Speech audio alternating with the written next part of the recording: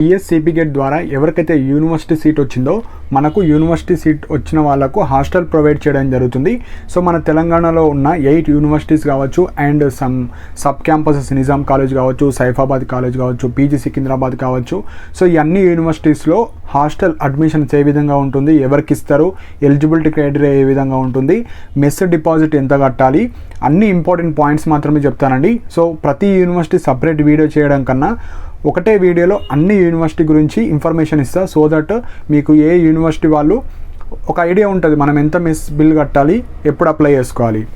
So first వచ్చేసి Osmania university and దానికి relate అయిన సబ్ క్యాంపసెస్ గురించి చెప్తాను. So first main Osmania university, దానికి సంబంధించిన సబ్ క్యాంపసెస్ అంటే ఇప్పుడు పీజీ సికింద్రాబాద్ కావచ్చు, నిజాం కాలేజ్ కావచ్చు, సైఫాబాద్ కావచ్చు, కోటి ఉమెన్స్ కావచ్చు. సో ఇవన్నీ మనకు ఉస్మానియా అండర్లో వస్తాయి. సో వీటికి ఏ విధంగా అప్లై చేసుకోవాలంటే మనకు ఎవరైతే ఫేజ్ 1లో కావచ్చు, ఫేజ్ 2లో కావచ్చు. సో మోస్ట్లీ ఫేజ్ 2 తర్వాత స్టూడెంట్స్కి మెసేజెస్ వస్తాయి. సో ఎవరైతే కాలేజ్కి వెళ్ళి రిపోర్ట్ చేసిన తర్వాత టీసీ సబ్మిట్ చేసిన వాళ్ళకు మెసేజెస్ వస్తాయి. దాన్ని యూఎంఎస్ పోర్టల్లో మనం లాగిన్ అవ్వాలి.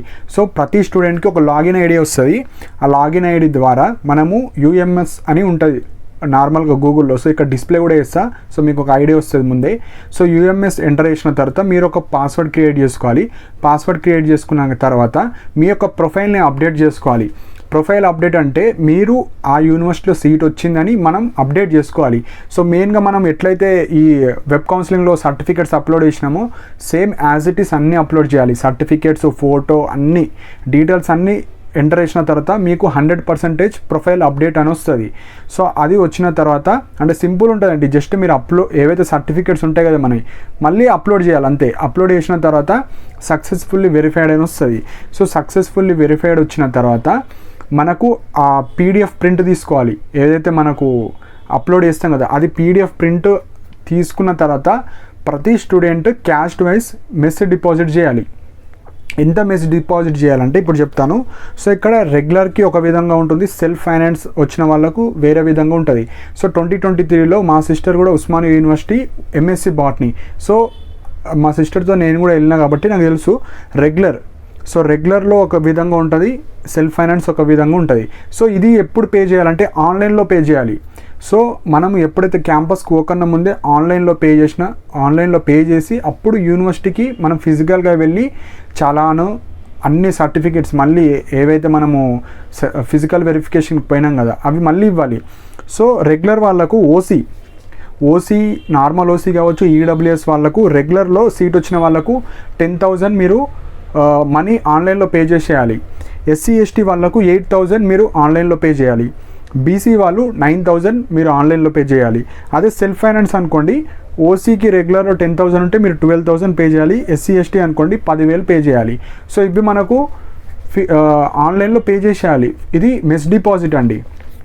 సో మీకు ఎప్పుడైతే మెసేజ్ వస్తుంది కదా, మెసేజ్ రాగానే మీరు ఫాస్ట్గా సర్టిఫికేట్స్ అన్నీ అప్లోడ్ చేసేయండి.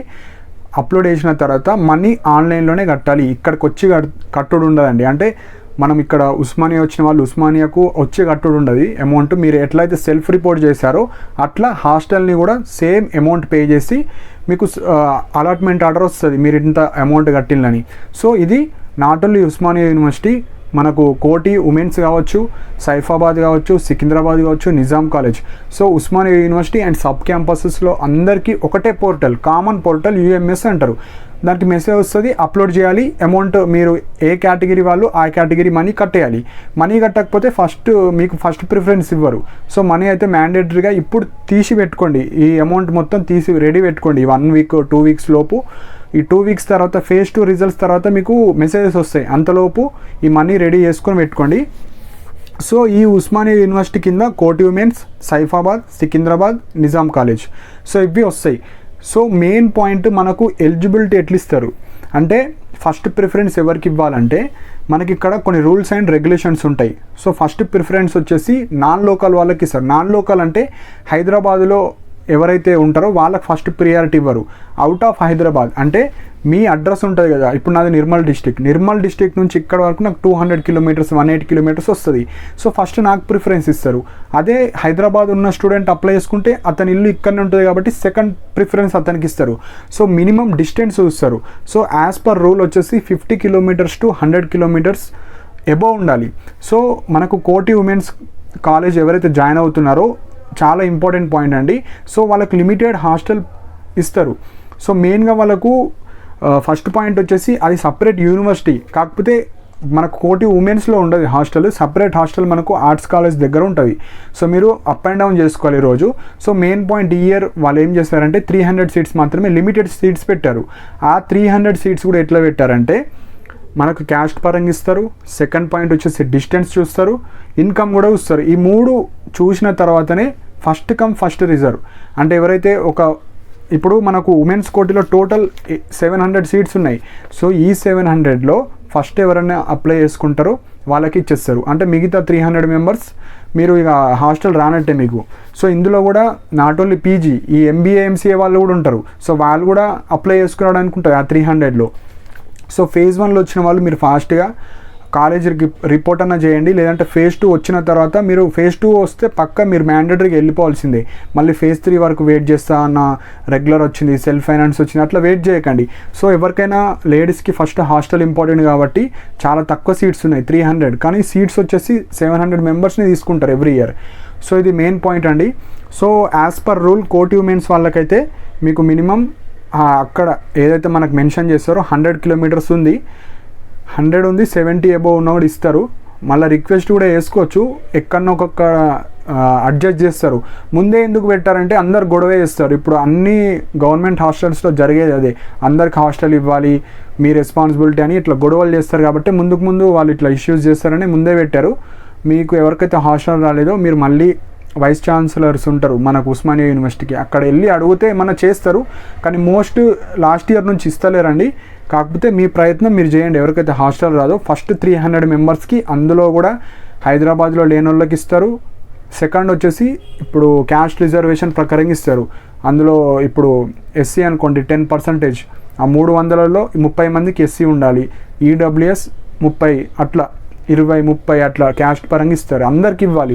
మళ్ళీ అందరికీ ఫస్ట్ అంటే అందరు ఎస్సీలు పోతే ఎస్సీ కట్టుండదు, రోస్టర్ పాయింట్ అంటే అట్లా అవన్నీ ఉంటాయి. కాబట్టి కొంచెం తొందరగా వెళ్ళడానికి ప్రయత్నించండి. నెక్స్ట్ ఇంపార్టెంట్ పాయింట్ వచ్చేసి మనకు ఈ మెస్ డిపాజిట్ అయిపోతాయి కదా, మెస్ డిపాజిట్ మనము కాలేజ్కి వెళ్ళి ఇవ్వాలి. ఇప్పుడు ఆన్లైన్లో మనం అప్లై చేస్తాం, ఆన్లైన్లో అమౌంట్ పే చేస్తాం. అమౌంట్ పే చేసిన తర్వాత వాళ్ళు స్పెసిఫైడ్ డేట్ ఇస్తారు. ఎవరైతే హాస్టల్ మనకు అప్లై చేసిన వాళ్ళు ఉంటారో అందరూ ఈ Osmania university and sub campuses కోటి వాళ్ళు, మీరు ఏదైతే డేట్స్ ఇచ్చారో ఆ డేట్స్ అప్పుడు మీరు వెళ్ళాలి. ఏ క్యాంపస్ వాళ్ళు ఆ క్యాంపస్కి వెళ్ళిపోవాలి. కోటి వాళ్ళు కోటికి వెళ్ళాలి, ఉస్మానియా యూనివర్సిటీ ఉస్మానియా. సో అది డీటెయిల్గా ఉంటుంది మనకు ఎక్కడికి వెళ్ళాలి. ఆ క్యాంపస్కి మాత్రమే వెళ్ళి మీరు అన్ని జిరాక్స్ సెట్స్ మళ్ళీ తీసుకెళ్ళాలి.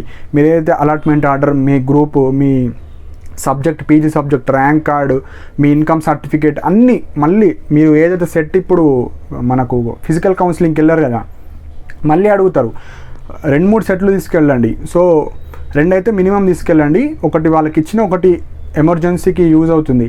సో మళ్ళీ ఆ సెట్ ఆఫ్ జిరాక్స్ తీసుకెళ్ళాలి. మీరు ఏదైతే ఫీ పే చేస్తారో ఫిక్స్డ్ డిపాజిట్, అది మీరు హాస్టల్ అడ్మిషన్ ఫామ్ ఫిల్ చేస్తారు, అది అవన్నీ తీసుకొని మీరు ఉస్మానియా యూనివర్సిటీ వచ్చిన వాళ్ళు ఉస్మానియా యూనివర్సిటీ, సైఫాబాద్ వచ్చిన వాళ్ళు సైఫాబాద్, అక్కడన్నా ఎక్కడ వస్తే అక్కడ ఇచ్చేసేయాలి. లేదంటే మీకు అనౌన్స్మెంట్ చేస్తారు మీరు ఎక్కడికి వెళ్ళాలి. సో అది వచ్చే వరకు వెయిట్ చేయండి. యాజ్ పర్ నేను లాస్ట్ టైం ఎలా అయితే వెళ్ళానో నేను అదే ప్రాసెస్ చెప్తున్నా. సో ఉస్మానియా యూనివర్సిటీ వెళ్ళి మనము అక్కడ హాస్టల్ ఆఫీస్ ఉంటుంది. సో హాస్టల్ ఆఫీస్లో ఇచ్చేసేయాలి. ఇచ్చేసిన తర్వాత వాళ్ళన్నీ చెక్ చేస్తారు, ఫీ పే చేసిండా, ఎప్పుడు పే చేసిండా అన్నీ చూసుకున్న తర్వాత మెస్ కార్డ్ ఇస్తారు. మెస్ కార్డ్ కూడా ఇక్కడ చూడండి, ఇది మా సిస్టర్దే. ఎట్లయితే మీకు ప్రతి స్టూడెంట్కి ఒక మెస్ కార్డ్ ఇస్తారు. మెస్ కార్డ్ మీద మీ హాస్టల్ నేమ్ ఉంటుంది, ఏ హాస్టల్ వచ్చింది క్యాండిడేట్కి ఆ హాస్టల్కి వెళ్ళి అక్కడ వార్డెన్స్ ఉంటారు, ఆ వార్డెన్స్కి ఇస్తే వాళ్ళు రూమ్ ప్రకారంగా అలొకేట్ చేస్తారు. మీకు సపోజ్ ఎగ్జాంపుల్ ఇప్పుడు మనకు శానిటరీ హాస్టల్ ఉంటుంది, ఎవరికైతే ఈ గర్ల్స్ హాస్టల్స్ ఉంటుంది, అది చాలా దూరం ఉంటుంది. సో అక్కడ ఫస్ట్ ఇస్తారు వీళ్ళకి ఫస్ట్ ఇయర్ తర్వాత మళ్ళీ వేరే హాస్టల్కి షిఫ్ట్ చేస్తారు వీళ్ళని. సో మెయిన్గా ఫస్ట్ వచ్చిన వాళ్ళకు ఒక్కొక్క హాస్టల్ ఇచ్చేస్తూ ఉంటారు. సో మనకు ఈ హాస్టల్ కావాలి హాస్టల్ కావాలి ఆర్డర్ చేసేది ఏముండదు, వాళ్ళు ఇచ్చిన హాస్టల్కి వెళ్ళిపోవాలి.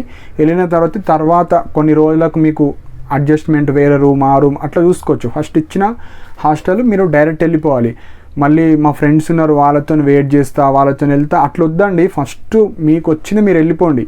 మీకు రెగ్యులర్ కానీ సెల్ఫ్ ఫైనాన్స్ కానీ ఫస్ట్ మీకు మనీ పే చేసి మీకు డైరెక్ట్ కాలేజ్కి వెళ్ళి హాస్టల్ ఏదో ఒక రూమ్లో ఉంటే తర్వాత మీరు చేంజ్ చేసుకోవచ్చు. సో ఇట్లా మిస్టేక్ చేస్తారు కొందరు, ఇట్లా చేయకండి. ఫస్ట్ మీ సెల్ఫ్ మీరు చూసుకోండి. సో తొందరగా వెళ్ళడానికి ట్రై చేయండి. సో వెళ్ళిన తర్వాత మీకు ఫస్ట్ ఫేజ్లో వచ్చిన వాళ్ళకి ఫస్ట్ ఇచ్చేస్తారు, మళ్ళీ సెకండ్ ఫేజ్ వాళ్ళకి ఇచ్చేస్తారు. ఈ మెయిన్ పాయింట్ వచ్చేసి కోటి ఉమెన్స్లోనే కొద్దిగా ఇబ్బంది అవుతుంది ఫస్ట్ 300 మెంబర్స్కి. ఈ ఉస్మానియా కావచ్చు, సైఫాబాద్ కావచ్చు, Nizam college phase 1, phase 2, phase 3 అందరికి ఇస్తారు హాస్టల్స్. సో మీకేం ప్రాబ్లం లేదు. రెగ్యులర్ కావచ్చు, సెల్ఫ్ ఫైనాన్స్ కావచ్చు, ఏదన్నా కానీ మీకు పక్కా హాస్టల్ ఉంటాయి. కాకపోతే వాళ్ళు సీనియర్స్ ఉంటారు, వాళ్ళందరినీ వెళ్ళిపోయిన తర్వాత ఆ రూమ్స్ అన్ని క్లీన్ చేసి ఒక్కొక్కళ్ళకి ఇవ్వాలి కాబట్టి అందరికి ఒకటేసారి ఇవ్వరు. అందరికి ఒకటేసారి ఇస్తే అక్కడ ప్రాబ్లం అవుతుంది ఆ హాస్టల్లో. ఫస్ట్ కొందరికి ఇస్తారు, మళ్ళీ ఒక 2 వీక్స్ అట్లా గ్యాప్ తీసుకొని మిగతా వాళ్ళందరికీ ఒకటేసారి ఇస్తారు. సో కొద్దిగా పేషెన్స్తో ఉండండి. సో ఇవి మెయిన్ పాయింట్ అండి. సో అన్నీ కవర్ చేసాను అనుకుంటున్నాను. వెళ్ళేటప్పుడు జిరాక్స్ సెట్స్ తీసుకెళ్ళాలి, అన్నీ ఇచ్చేస్తారు. Next other universities. సో ఇప్పుడు ఉస్మానియా కాకుండా మనకు జేఎన్టీ యూనివర్సిటీ ఉంటుంది, మనకు Palamuru university, Satavahana university, Telangana university, Kakatiya university. So ఈ యూనివర్సిటీలో ఎట్లుంటాయంటే మనము ఏదైతే ఫిజికల్ రిపోర్ట్ వెళ్తాం కదా, ఎప్పుడు ఎగ్జాంపుల్ జేఎన్టీ చెప్తా. ఇప్పుడు మీరు ఏదైతే ఫిజికల్ రిపోర్టింగ్ వెళ్తున్నారో సర్టిఫికేట్స్ ఇచ్చేసిన తర్వాత కొందరికి డైరెక్ట్ హాస్టల్ ఫామ్ ఇస్తారు, 100 రూపీస్ చలాన్ కట్టండి, మీ మళ్ళీ జిరాక్స్ సెట్లు అన్నీ ఇవ్వాలి. అన్నీ ఇచ్చిన తర్వాత అక్కడ ఇచ్చేసి వెళ్ళిపోవాలి. ఇచ్చేసి వెళ్ళిపోయిన తర్వాత సేమ్ వీళ్ళు కూడా ఈ రూల్సే ఫాలో అవుతారు. ఫస్ట్ డిస్టెన్స్, ఇన్కమ్, మళ్ళీ ఇన్కమ్ డీటెయిల్స్, డిస్టెన్స్ అవి చూస్తారు. చూసిన తర్వాత ఫస్ట్ ప్రియారిటీ ఎవరికి ఇవ్వాలి. సో ఇలా ఇన్కమ్ తక్కువ ఉంది, వీళ్ళ డిస్టెన్స్ దూరం ఉంది. సో అలా డిఫరెన్షియేట్ చేసి ఫస్ట్ సపోజు 60 సీట్లు వేకెన్సీస్ ఉన్నాయనుకో, రూమ్స్ ఒక 40 మందికి 30 మందికి ఫస్ట్ ఇస్తారు. అందరికి ఒకటేసారి ఇస్తే అది గుంపు అయిపోతుంది, అందరు ఒకటేసారి వస్తారని ఫస్ట్ కొందరు ఆపుతారు. సో మీకు ఇస్తారు, అందరికైతే ఇస్తారు. So don't worry.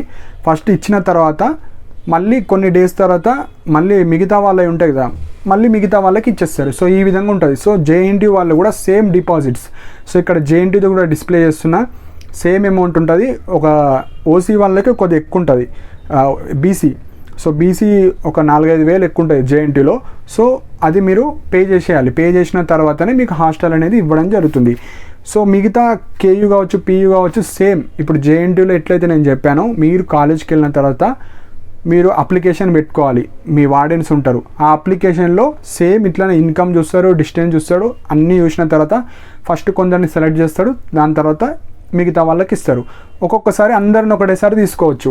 So strength బట్టి, అంటే మెయిన్గా దేని మీద డిపెండ్ అవుతుందంటే ఆల్రెడీ సెకండ్ ఇయర్ వాళ్ళు ఉంటారు కదా, కొందరు ఎగ్జామ్ కాకుండా అందులోనే ఉంటారు. సో వాళ్ళు వెళ్ళిన తర్వాతనే మీకు ఇస్తారు కాబట్టి కొద్దిగా వెయిట్ చేయాలి. సో ఇవి మెయిన్ పాయింట్స్ అండి. సో హాస్టల్ అయితే అందరికి ఇస్తారు. ఈ ఒక్క యూనివర్సిటీదే ప్రాబ్లం ఉంది, లైక్ మనకు ఈ ఉమెన్స్ కోర్ట్ ఇది. So first come first reserve 300 మెంబర్స్కి ఇస్తున్నారు. ఇవి మెయిన్ పాయింట్. సో ఎవరైతే స్కాలర్షిప్స్ కూడా ఇస్తారు, ఎవరికి ఇస్తారు, ఎవరైతే ఫీజు రియంబర్స్మెంట్ ఉంటుందిగా, మీ ఫాదర్ యొక్క ఇన్కమ్ తక్కువ ఉండి ఇప్పుడు ఫీజు రియంబర్స్మెంట్ వచ్చిన వాళ్ళు, ఎస్సీ ఎస్టీ వాళ్ళు కావచ్చు, బీసీ వాళ్ళు, లైక్ మైనారిటీ వాళ్ళు, వీళ్ళకు మనకు మంత్లీ 1500 రూపీస్ ఇస్తుంది గవర్నమెంట్ టీఎస్ఈ పాస్ ద్వారా. ఆ 1500 మీకు ఎవ్రీ మంత్ ఇస్తారు. ఒక్కొక్కసారి ఇయర్ అంత ఇవ్వదు, మనకు బడ్జెట్ ఎంతైతే ఇస్తారో దానితోని మనకు డిఫరెన్షియేట్ చేస్తారు. సో ఒక్కొక్కసారి 10 మంత్సే వస్తాయి, ఒక్కొక్కసారి 8 మంత్స్ వస్తాయి. సో అది ఇక మనం ఎగ్జాక్ట్గా 12 మంత్స్ వస్తాయని చెప్పలేము, 8 months to 10 months. So approximately ఒక 10 మంత్స్ వేసుకున్నా మీకు 15,000 రూపీస్ వస్తుంది ఇయర్లీ. మిగతా అమౌంట్ ఎంతైతే ఎక్స్ట్రా పడుతుందో అది మనం పే చేసుకోవాలి. ఎగ్జాంపుల్ ఇప్పుడు బాయ్స్ అనుకోండి 80 రూపీస్ అట్లా, 70 రూపీస్, 60 రూపీస్ పడుతుంది. సో పర్ డే 60 వేసుకున్న 1800 to 2200 అట్లా అమౌంట్ పడుతుంది. అప్రాక్సిమేట్లీ 2000 వేసుకుందాం. సో 2000 అంటే మన గవర్నమెంట్ 1500 ఇస్తుంది. అట్లా మంత్లీ 500 రూపీస్ పడుతూ ఉంటుంది. మంత్లీ కట్టేది ఉండదు అమౌంట్, ఇయర్లీ క్యాలిక్యులేట్ చేస్తారు.